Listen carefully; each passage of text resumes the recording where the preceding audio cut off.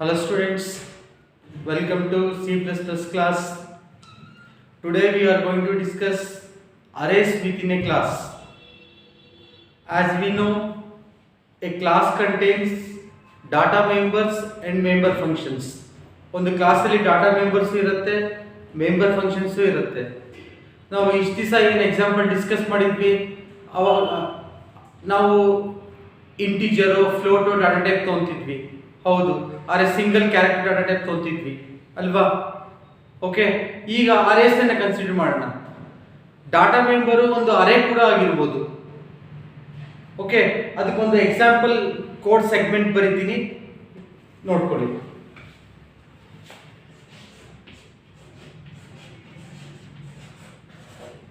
arrays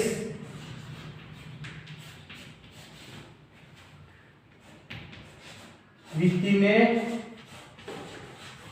class.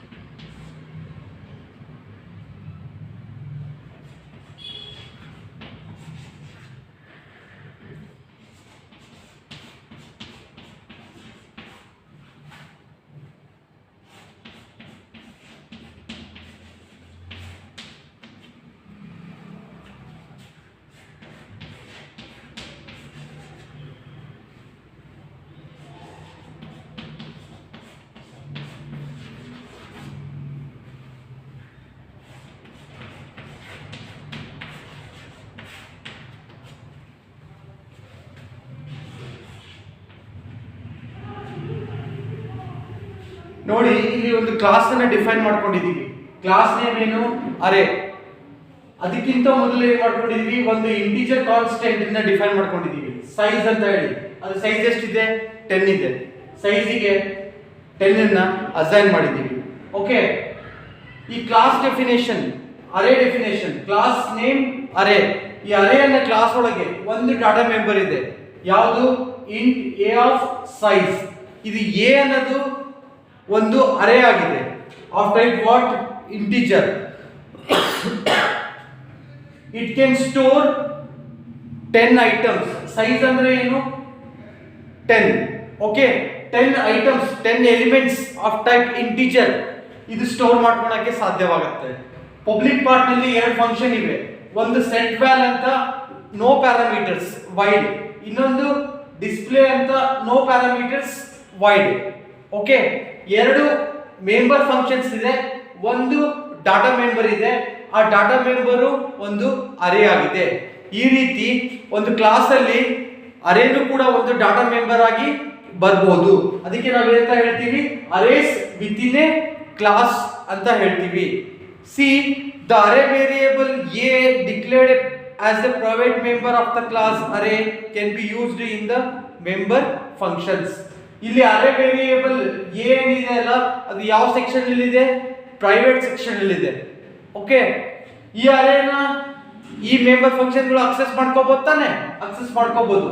ಆದ್ರೆ outside the class ಯಾವ್ದಾದ್ರು function ಇದ್ರೆ ಇದನ್ನ ಅಕ್ಸೆಸ್ ಮಾಡಕ್ಕೆ ಸಾಧ್ಯನಾ? ಅಕ್ಸೆಸ್ ಮಾಡಕ್ಕೆ ಆಗೋದಿಲ್ಲ. Because it is in the private section.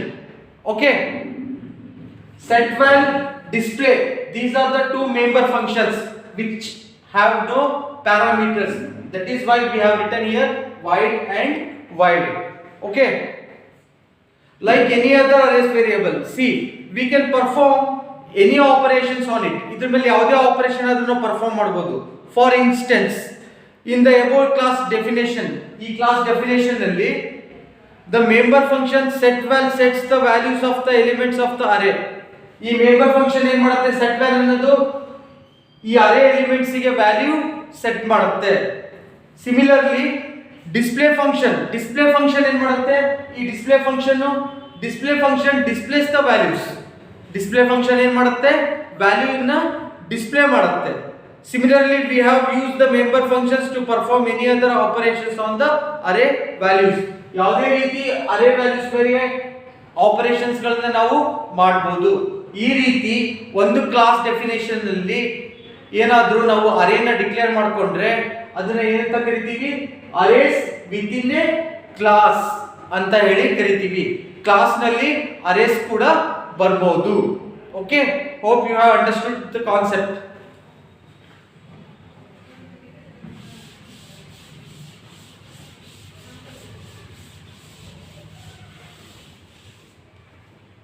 Next concept is memory allocation for objects.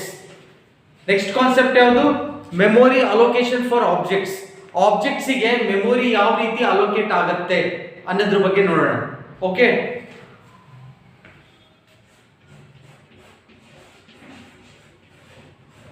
memory allocation for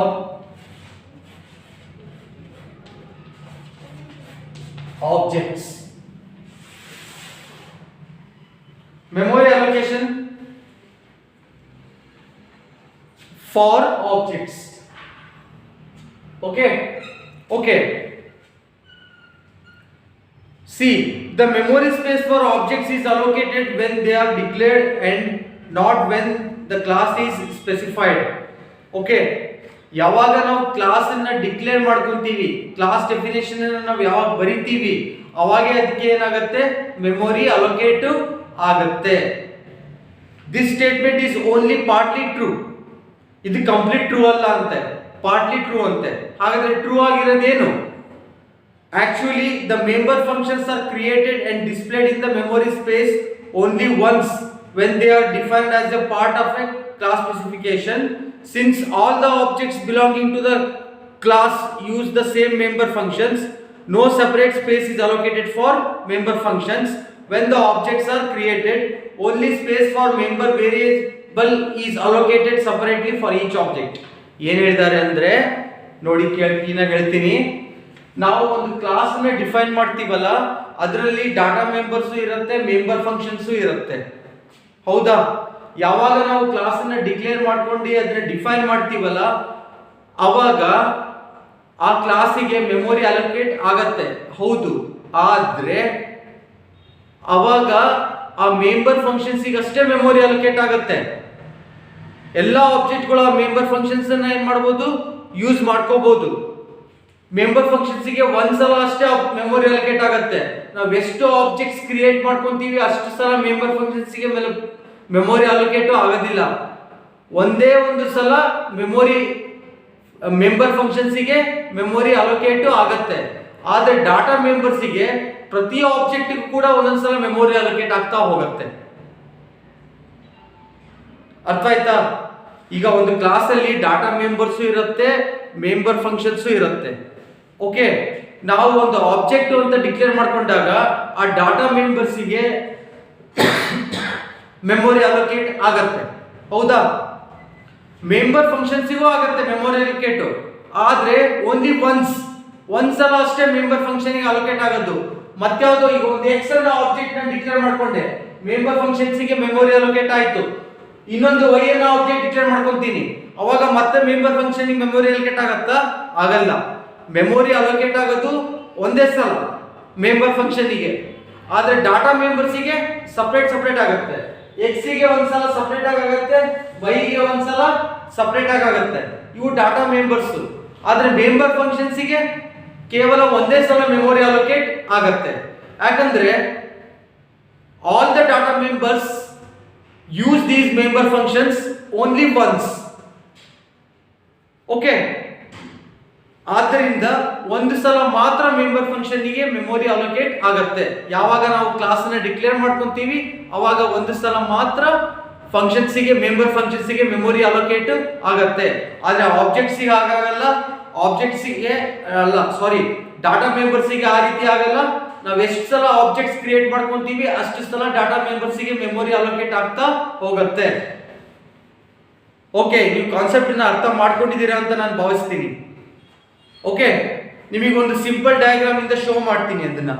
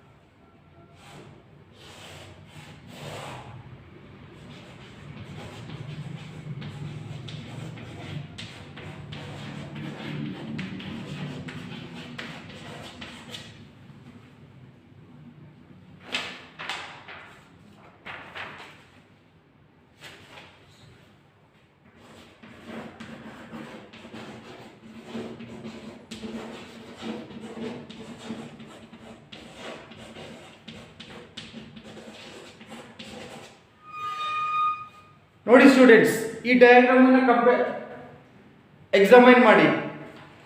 ಇಲ್ಲಿ ಈಗ ಒಂದು ಕ್ಲಾಸ್ ಇದೆ, ಅದರಲ್ಲಿ ಮೆಂಬರ್ ಫಂಕ್ಷನ್ 1 ಇದೆ, ಮೆಂಬರ್ ಫಂಕ್ಷನ್ 2 ಇದೆ, ಮತ್ತೆ ಮೆಂಬರ್ ವೇರಿಯೇಬಲ್ 1 ಇದೆ, ಮೆಂಬರ್ ವೇರಿಯೇಬಲ್ 2 ಇದೆ. ಓಕೆ, ಆ ಕ್ಲಾಸಿನ 3 ಆಬ್ಜೆಕ್ಟ್ಸ್ ಗಳನ್ನ ನಾನು ಡಿಕ್ಲೇರ್ ಮಾಡ್ಕೊಂತೀನಿ ಅಂತ ಇಟ್ಕೊಳ್ಳಿ. ಎಷ್ಟು? ಸಾರಿ, 2 ಆಬ್ಜೆಕ್ಟ್ಸ್ ಗಳನ್ನ ಡಿಕ್ಲೇರ್ ಮಾಡ್ಕೊಂತೀನಿ ಅಂತ ಇಟ್ಕೊಳ್ಳಿ. ಆಬ್ಜೆಕ್ಟ್ 1 ಒಂದು, ಆಬ್ಜೆಕ್ಟ್ 2 ಒಂದು. ಅವಾಗ ಏನಾಗುತ್ತೆ, ಈ ಮೆಂಬರ್ ಫಂಕ್ಷನ್ಸ್ ಗಳಿಗೆ ಒಂದೇ ಸಲ ಮೆಮೊರಿ ಅಲೋಕೇಟ್ ಆಗುತ್ತೆ.